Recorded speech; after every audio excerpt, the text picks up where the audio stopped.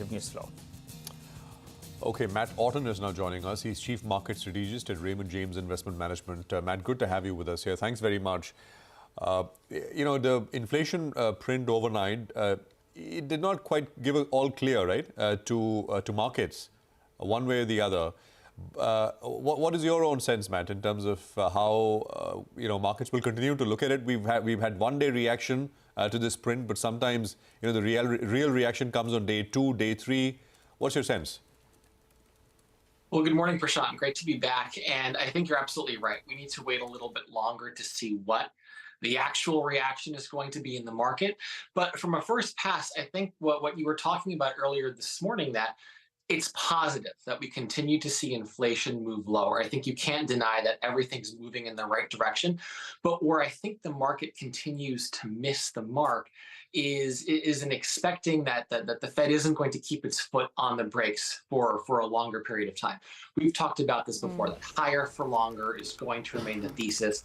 And bond markets have started to come around to that. Bond market pricing is much closer aligned to what Fed guidance has been. The issue is in the equity markets, and particularly in the lower quality, higher duration parts of the market. The Nasdaq, for example, was up almost 0.6% for the day.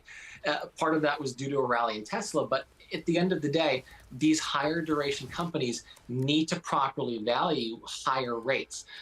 I think until we can get to the point where you see the stocks that have led the rally so far this year have a little bit of wind come out of their sails, it's really hard to say that we're on sustainable footing for the market to move higher. So that's why when I've been speaking to our clients, I still advocate remaining more defensive in your core positioning, leaning into quality companies with higher free cash flow, earning stability. It hasn't been rewarded this year, but it's been rewarded for the past 9-10 months, and I think that's going to continue to play out as the equity markets start to move into agreement with the Federal Reserve as well. So how are you feeling about the macro situation overall, not just in the US, but in a market like India as well? I mean, there is now a case being built for, this perhaps could be the final leg of the inflation battle in the US, and rates could move down from here. Is that your base case assumption as well? And what about a market like India?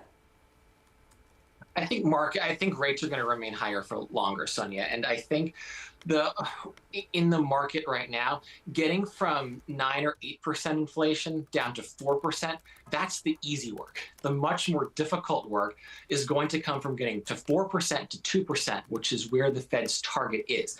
So we can't forget that even though inflation has come down nicely, there's still a lot of work that needs to be done, and the hardest work still needs to be done because services inflation is still sticky. We have a very, very tight labor market. There's 1.9 job openings per unemployed person in the US. That's an incredibly tight labor market, and there's going to continue to be upward pressure on wages as a result of that. So I think if you want to reach for more risk, I think you do it outside of the US or you do it in smaller cap US equities.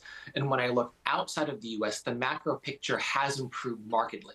So the picture in Europe has definitely improved. Winter has been warmer. I think the worst case recessionary scenarios are off the table. And in emerging markets, the dollar having moved lower has definitely benefited emerging markets. China reopening has provided more tailwinds for emerging markets. And what I like right now is that up until this point, the rally in EM has broadly been led by a narrow group of Chinese telecom and internet companies. We're seeing that start to broaden. We're seeing investors focus on more fundamentals, which is why I like India and Southeast Asia, as well as Latin America. Hi, Matt. Getting to the point on China, has China got overbought in the near term? I'm just looking at the steel inventory out there, and post the new year, in fact, it's up around 7%. That gives me a sense that maybe, in fact, that demand or that reopen is not as was expected earlier. What's your sense? Is China overdone itself, at least in the near term? I think so, Nigel. I think the Chinese trade, while I think it has legs, medium, longer term, I think the Chinese market is definitely overbought. And I think that's why you're seeing some investors start to rotate out of China, putting some more money to work in India. If you remember around the scandal and the news flow that came out around the Adani Group, I think China benefited from foreign money continuing to chase that reopening trade higher. You're starting to see a reversal of that, but the reopening theme still has legs to go. And that's why when I look at Asia more broadly, I think India is much more independent from the Chinese story, and it's a beneficiary of the rest of the global market doing well. But Southeast Asia is still tied to the macro impacts of China reopening, but you're not getting you're not taking on the direct risk of government regulation, geopolitical tensions that continue to be in the news, and you still have more room to have exposure to financials and commodities overseas rather than just in China.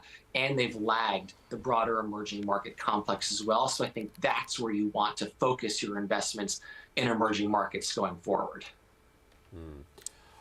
Matt, just one last question. I'm starting to hear, read, even from mainstream commentators saying that maybe, the Fed funds rate in the US, it's like a question now, but not a definitive statement, but could it get up to 6%?